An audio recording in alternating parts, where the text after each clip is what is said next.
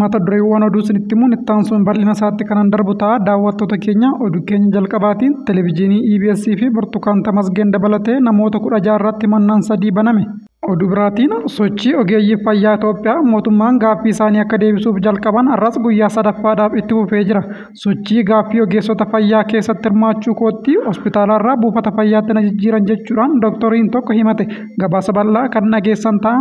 Oduu biraatiin ammoo Doonaald Tiraamp labsii guyyaan injifannoo waraana addunyaa lamaffaa US yookiin Ameerikaa keessatti ayyaana biyyoolessaa ta'e akka kabajamu mallatteessan.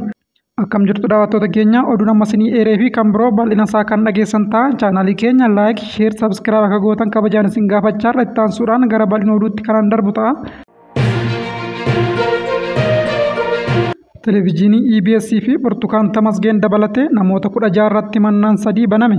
Televezyiinii EBS fi dhaabbata abbaa qabeenyummaan isaa kan EBS waliin tokko ta'e kan biraa haasawa jibbinsaa fi odeeffannoo sobaa tamsaasuu yoo himataman Ma'aazaa Mohammadii fi Burtukaan Tamasgeen dabalatee shakkamtoonni 6 himata shororkeessummaan irratti baname.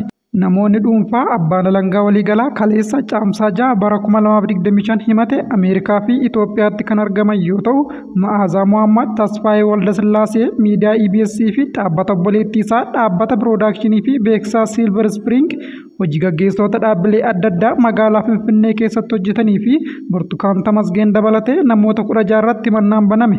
Himannaan kun kan dhiyaate dookimeentarii sagantaa televezyiinii EBS boqonnaa haaraa jedhamu irratti bitootessa 14 bara 2017 bakka lakkoofsa Itoophiyaatti tamsa'ee hordofee yoo ta'u, sagantaan kun bara 2013 barattuu yuunivarsiitii waggaa lamaffaa osoo jirtu namoota dhuunfaan butamtee gudeedamte jechuudhaan seenaa Burtukaan Tamasgeen televezyiinii EBS kan tamsa'een yoo ta'u, namoota hedduu biratti dheekkamsa kan kaase battaluma sanatti qilleensarraa kaafamee ture.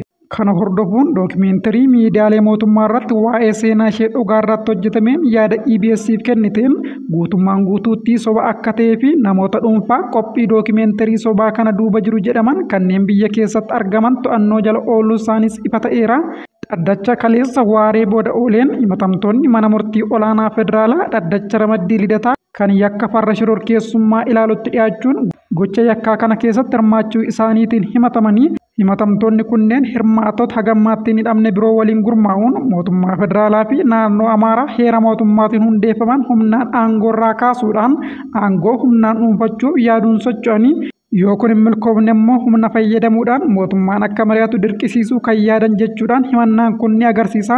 Kaayyoo kana galmaan ga'uuf himatamtoonni barattoota Oromoo yuunivarsiitii naannoo Amaaraa adda addaatti baratan irratti haleellaa hamaa raawwachuudhaan dabaree isaatiinis dhalattoonni Oromoo Amaara naannoo Oromiyaa keessa jiraatan irratti miidhaa akka geessisu gochuun kanaanis lubbuu fi qabeenya uummataa balaa guddaaf saaxiluudhaan jeequmsa guddaa biyyattii keessatti uumuuf shira xaxanii socho'aa turanii akka lakkoofsa Itoophiyaatti fulbaana 2017 eega bitootessa 2017 himatamtoonni dirqama biyya keessaa fi alaa itti kennameef carraa gaarii ta'e itti fayyadamuudhaan olaantummaa seeraa Itoophiyaa booressuun lubbuu dhala namaa irratti gaagama geessisuu mootummaan biyyattii haala tasgabbaa'aa ta'een akka hin bulchine dhorkuu tokkummaa fi birmadummaa biyyaa diiguuf socho'aa turuu isaaniis hubachiise.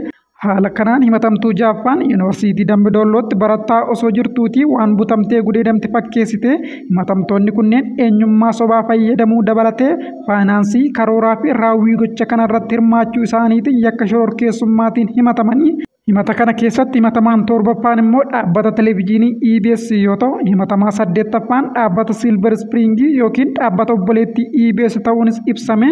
Kunis abbaa sagantaa seenaan himatamtuu jaaffaa itti tamsa'e yoo ta'u, himatamtoonni biroo qindeessota sagantichaa ta'uudhaan eerame. Oduu biraatiin pirezidaantiin Somaaliilaand Hargeysaatti bakka bu'aa olaanaa Itoophiyaa waliin mari'atan hariiroo gamlamee fi tumsa naannawaa cimsuufis walii galan.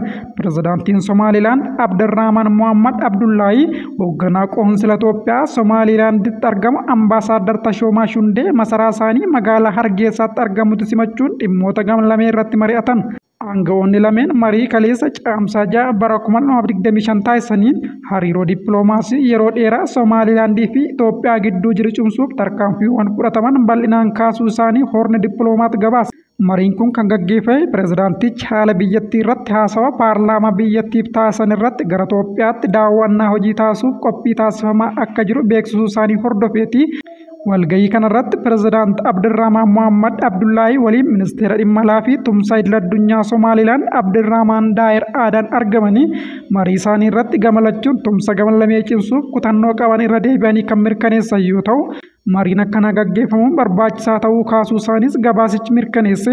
Sochii ogeeyyiin fayyaa Itoophiyaa mootummaan gaaffii isaanii akka deebisuuf jalqaban har'as guyyaa sadaffaaf itti fufe. Mootummaan gaaffii fooyya'insa jireenya ogeeyyii fayyaa guyyoota 7 keessatti akka deebisu jechuun kibxata darbe caamsaa 6 bara 2025 kan jalqaban yoo ta'u, har'as sochiin kun akkuma itti fufetti jira. Haakimoonni, narsoonnii fi ogeeyyiin fayyaa biroon mootummaan guyyoota 7 keessatti gaaffii isaaniitiif deebii yoo laanne lagannaa hojii akka taasisanis ibsaniitu turanii guyyoota ogeeyyiin fayyaa mootummaaf kennan keessaa guyyoota 5 qofatu hafe waldaan ogeeyyii fayyaa Itoophiyaa ibsa kaleessa baaseen mootummaan gaaffii ogeeyyii fayyaatiif deebii hatattamaa laachuu qabaa jedhan. Waldaan kun gaaffii mirgaa ogeeyyii fayyaa kan deeggaru ta'uu ibsuudhaan garuu bifa biyyaa fi uummata miidhuun ta'uu hin qabu jedhe.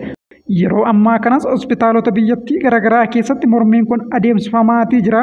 Ogeessota fayyaa sochii kanarratti hirmaatan qondaalonni aanaa fi magaalota doorsisaa akka jiranis dhaga'ameera. Ogeeyyiin garuu gaaffiin ogeessota fayyaa gaaffii sadarkaa aanaa magaalota godinaa fi naannoo ilaallatu osoo hin taane gaaffii federaalaatii jedhaniituun dubbatu. Sadarkaa aanaa godinaa fi magaalotaatti deebii siiniif deebisna jechuun gaaffiin ogeessota fayyaa ugguruuf yaaluun dhaabbachuu akka qabus eeranii. Gama biraatiin immoo sochii gaaffii ogeessota fayyaa keessatti hirmaachuu kootti hospitaalarraa buufata fayyaatti na jijjiiran jechuudhaan Dr. Habtaamuun himate. Dirree Dawaatti hospitaala keessa hojjetaa kan turan Dr. Habtaamuu Alamuun sochii ogeeyyii fayyaa kana keessatti hirmaachuu isaatiin hospitaalarraa kaafamuun gara buufata fayyaatti akka jijjiirame xalayaa itti barreeffamuu balaaleffachuun BBC'tti dubbate. Xalayichis ogeessi fayyaa kun naamusa ogummaa cabseera jechuun hospitaalarraa gara buufata fayyaatti jijjiiramuu ibsuudhaan biiroo fayyaa magaalaa Dirree Dawaarraa isaaf barraa'e. Ogeessi kun Dr. Habtaamuu Alamuu garuu sochii tibbana ogeeyyii fayyaa taasisaa jiran keessatti waan hirmaadhee maqa balleessiidha malee himannichi dhugaa tokkollee hin qabu jechuudhaan dubbate. Dr. Habtaamuun torbanoota muraasaa as duula gama miidiyaa hawaasaatiin ogeeyyiin fayyaa Itoophiyaa taasisaa jiran irratti dammaqinaan hirmaachaa jira. Fuula miidiyaa hawaasaa ogeessonni fayyaa irratti yaada garaagaraa waliin qoodan Haakim jedhamu irratti tajaajila wal'aansa fayyaatiin gammachuun argamu boqonnaa sammuu nuuf kenna. Gammachuun sammuu garuu nyaatan ta'uu dhugaatiin ta'uu kiraa manaa naaf hin kaffalu mucaa koo naaf hin barsiisu akkam mana dhaabbadhuuf nan gargaaru jechuun kanaan dura barreessee ture.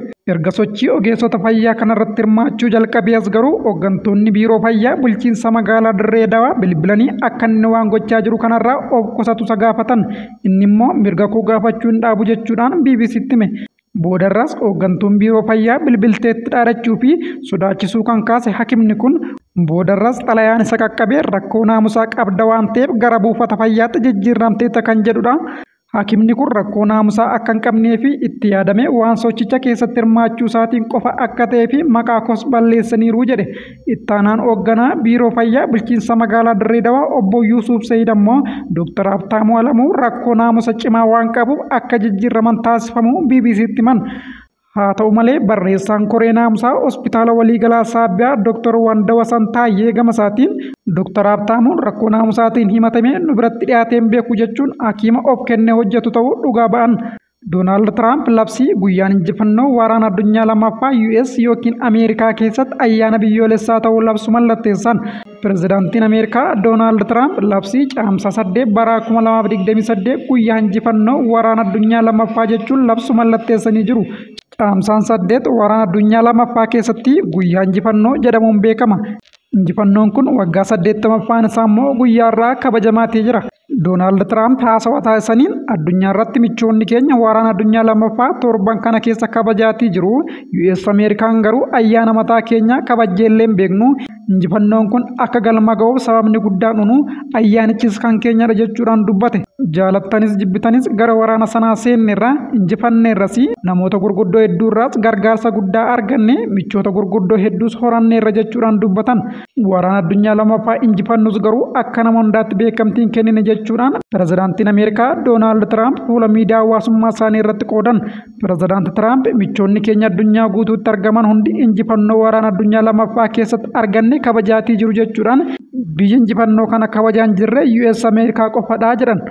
Egaa daawwattoota keenya oduun sa'aatii kanaaf isiniif qindeesse kan nagammaatti hordoftanidha. Sa'aatii muraasa booda oduu biraa nagaa walitti deebinutti nagaan naa tura.